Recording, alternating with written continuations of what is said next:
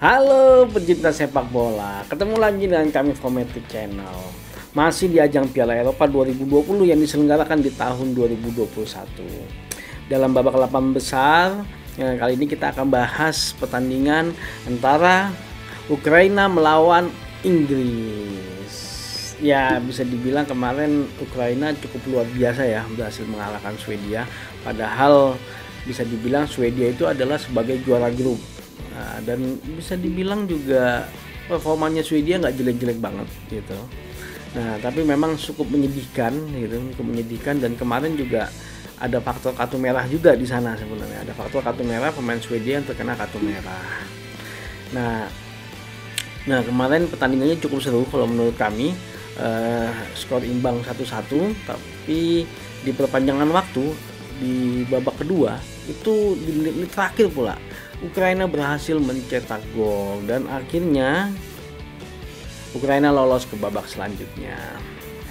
Nah, bagaimana dengan Inggris? Inggris juga luar biasa. Ya memang bisa dibilang Inggris itu kemarin waktu melawan Jerman ya kondisinya beda ya. Kondisinya beda ketika Jerman dengan intensitas yang seperti itu dan tidak stabilannya, Inggris yang bisa dibilang cukup stabil walaupun produktivitasnya juga kurang karena sampai saat ini mereka hanya bisa mencetak 4 gol. Dan sampai saat ini pun Inggris itu luar biasa karena mereka masih clean sheet, belum pernah kebobolan sama sekali. Nah, bagaimana peluang dua negara ini? Kita coba lihat dulu statistiknya ya.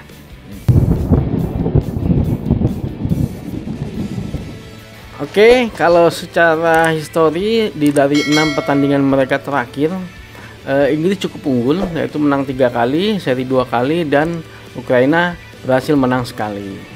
Pertemuan mereka sudah cukup lama ya, terakhir di tahun 2013, lama sekali ya sebenarnya. Dan pertemuan mereka terakhir itu di tahun 2013 ya, di ajang World Cup, kualifikasi World Cup, yaitu antara Ukraina dengan Inggris dengan skor 0-0.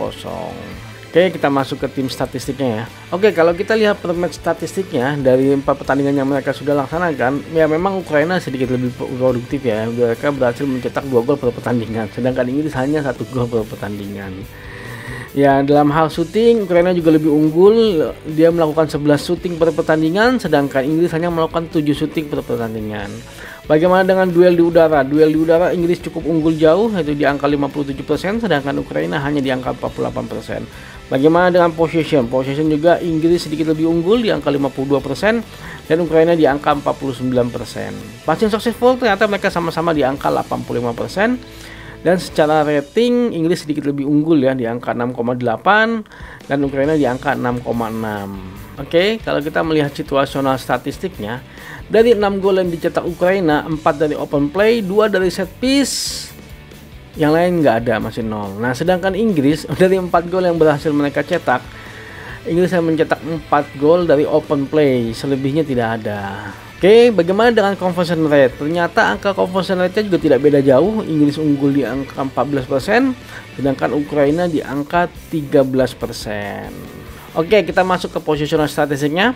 Kalau dari positional statistik, Ukraina menyerang dari sisi kiri sebanyak 39%, dari sisi kanan sebanyak 25%, dan dari sisi kanan sebanyak 39%. Ya, nggak ada yang terlalu dominan ya, cukup merata ya Ukraina.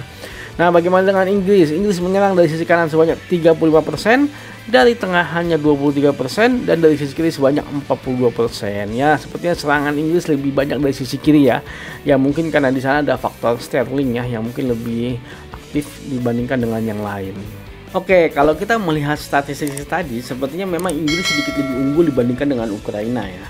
Unggul dalam hal ball possession, unggul dalam hal duel di udara, unggul dalam hal rating, maupun dalam hal conversion rate, walaupun unggulnya tidak terlalu jauh ya. Dan kalau kita melihat faktor-faktor lain, yang salah satunya ialah faktor pertandingan ini di mana dilaksanakan. Ini adalah pertama kalinya Inggris bertanding di luar Stadion Wembley, karena pertandingan ini dilaksanakan di Stadion Olimpico Roma. Ya, itu menjadi concernnya kami ya, walaupun sebenarnya sedikit tidak berpengaruh sebenarnya. Hanya bedanya kemungkinan Inggris tidak bermain di kandangnya dan berkurangnya dukungan dari para supporter-supporternya Inggris. Ya, itu menjadi nilai positif yang hilang kalau menurut kami dibandingkan dengan ketika pertandingan-pertandingan sebelumnya mereka main di Stadion Wembley dengan dukungan dari para penonton itu beda sekali kondisinya. Ya kali ini mereka kemungkinan tidak sebanyak kemarin ya yang didukung oleh warga Inggris karena mereka harus melakukan perjalanan ke negara Italia. Nah itu menjadi salah satu poin kalau menurut kami, tapi bukan sebagai poin pengurang ya, hanya sisi positifnya jadi berkurang. Nah yang kedua ialah faktor lini pertahanannya Inggris. Nah ini salah satu poin positif yang menurut kami luar biasa karena sampai saat ini lini pertahanan Inggris itu belum kebobolan sama sekali. Dari 4 pertandingan yang awal mereka lakukan itu bersama dengan Kroasia, luar biasa Kroasia strikernya. Terus bersama dengan Skotlandia, terus dengan Republik Ceko, di situ ada Patrick Schick juga, tapi mereka belum berhasil membobol gawangnya Inggris. Dan terakhir kemarin di pertandingan melawan Jerman pun tidak berhasil. Padahal banyak pemain kelas dunia di sana. Padahal di sana ada Timo Werner, ada Havertz yang bermain di Chelsea yang bisa dibilang sudah paham lah dengan back-backnya Liga Inggris. Tapi mereka tidak berhasil mencetak gol.